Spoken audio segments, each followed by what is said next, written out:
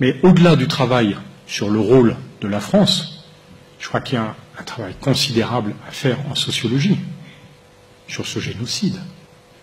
C'est le génocide le plus sophistiqué auquel nous avons eu à faire face.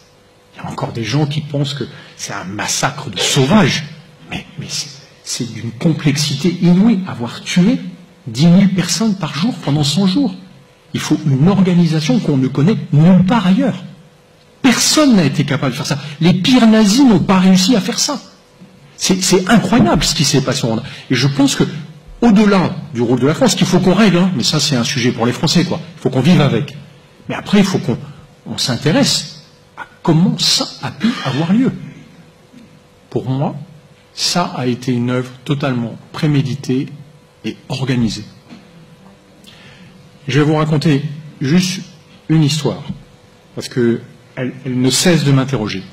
Là, je ne suis pas témoin, je m'intéresse au sujet. Il se trouve qu'au début de ma carrière, j'ai expérimenté les missiles portables antiaériens pour l'armée française. Donc j'ai tiré des SAM-16, des Stinger, des Mistral. Je les ai utilisés en opération, mes équipes en ont utilisé en opération, et j'ai détruit en opération des équipes qui en ont utilisé. Je connais bien leur utilisation.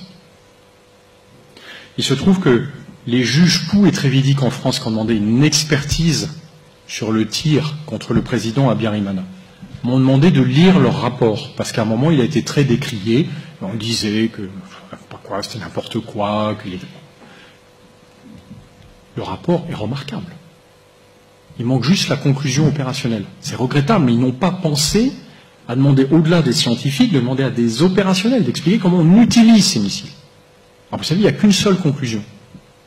Donc, en fait, c'est une non-question. Qui a tiré ces missiles? Des extrémistes Hutus. Parce qu'ils ont tiré du camp militaire de Kanombe, dans lequel il y avait les unités d'élite des forces gouvernementales. Or, quand vous tirez de nuit 2 missiles, d'abord, il y a une flamme d'à peu près 100 mètres derrière. Et après, il y a un nuage phosphorescent qui reste en place pendant 2 à 3 minutes et qui indique comme un doigt dans la nuit où est le tireur. C'est impossible d'en échapper. Qui d'autre que des proches des forces gouvernementales pouvaient tirer du camp de leur pire ennemi en sachant qu'ils n'avaient aucune chance de ne pas être vus? Voilà, juste, c'est un non-sens. Enfin, je veux dire, quand je vois le débat qu'il y a eu pendant 25 ans autour du sujet, excusez-moi, mais enfin, il suffit de connaître ces missiles pour savoir que les seuls qui ont pu tirer à cet endroit, ce sont des équipes proches des extrémistes Hutus. Le cas inverse est impossible. Alors après, tout ce qui est troublant, c'est la disparition de la boîte noire. Je connais le général qui s'en est occupé. Le fait que François de Grossouvre, conseiller Afrique du président de la République, se suicide le lendemain, à l'Élysée, une simple coïncidence. Voilà. Mon appréciation, mais ça n'est qu'une appréciation personnelle, c'est que les Français, au mieux, ont laissé faire l'assassinat du président Habyarimana, parce qu'à l'époque, la DGSE exerçait une surveillance extrêmement attentive sur toutes les équipes qui avaient des missiles portables. Alors un missile, contrairement à l'image qu'on peut avoir, on ne la met pas dans un sac à dos. En fait, c'est un tube de 2,50 m de long qui pèse 80 kg quand il est sous container, et quand on en apporte 4, d'autant qu'à mon avis, il venait d'Europe de l'Est avec une équipe de tireurs qui avait dû être recrutée là-bas, c'est compliqué de passer inaperçu au Rwanda. Au mieux, les autorités françaises ont été alertées, au pire, elles ont joué un rôle dans on met le feu et on va l'éteindre immédiatement. Parce qu'il y a un ancien général français qui commandait le premier RPMA qui raconte à qui veut l'entendre que 2 heures après l'assassinat du président Habyarimana, il est prêt avec son régiment à décoller pour partir au Rwanda et qui ne comprend pas qu'on ne lui donne pas la confirmation de l'ordre. Mais toute personne qui a connu une unité militaire sait que c'est impossible d'organiser une chose pareille sans avoir été prévenu.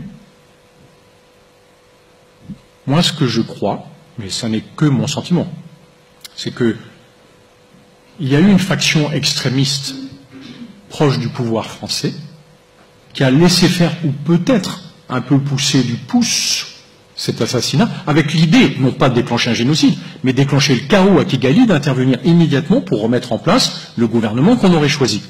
Ils s'en foutent du Rwanda. D'ailleurs, ça n'a jamais été leur sujet, les Français. Le Rwanda, ils s'en tapent. Ce qu'ils n'ont pas compris, c'est qu'ils ont déclenché le dernier génocide du XXe siècle. Et quand ils s'en aperçoivent, qui peut le dire? Ah, vous savez ce qu'on a fait? En fait, on a foutu un incendie, mais en réalité, c'est les Twin Towers aux États-Unis. C'est un drame qu'on a déclenché. Et à partir de ce moment-là, s'enclenche une mécanique terrible en France. C'est celle du déni, c'est le mensonge. Qui peut reconnaître qu'il a mis le feu aux poudres? Et là, on commence à verrouiller les archives. C'est incompréhensible, une opération humanitaire. On va classifier les archives, on aurait dû les ouvrir depuis 25 ans aux chercheurs du monde entier pour leur montrer ce que la France avait fait de bien. Nous avons joué un rôle terrifiant. Voilà. Mais ça n'est qu'une interprétation personnelle qui n'est étayée sur rien d'autre que ma faible connaissance de ce sujet. Je rappelle que je n'étais pas à Kigali le 6 avril. D'accord, je ne parle que de ce que les juges ont bien voulu me montrer.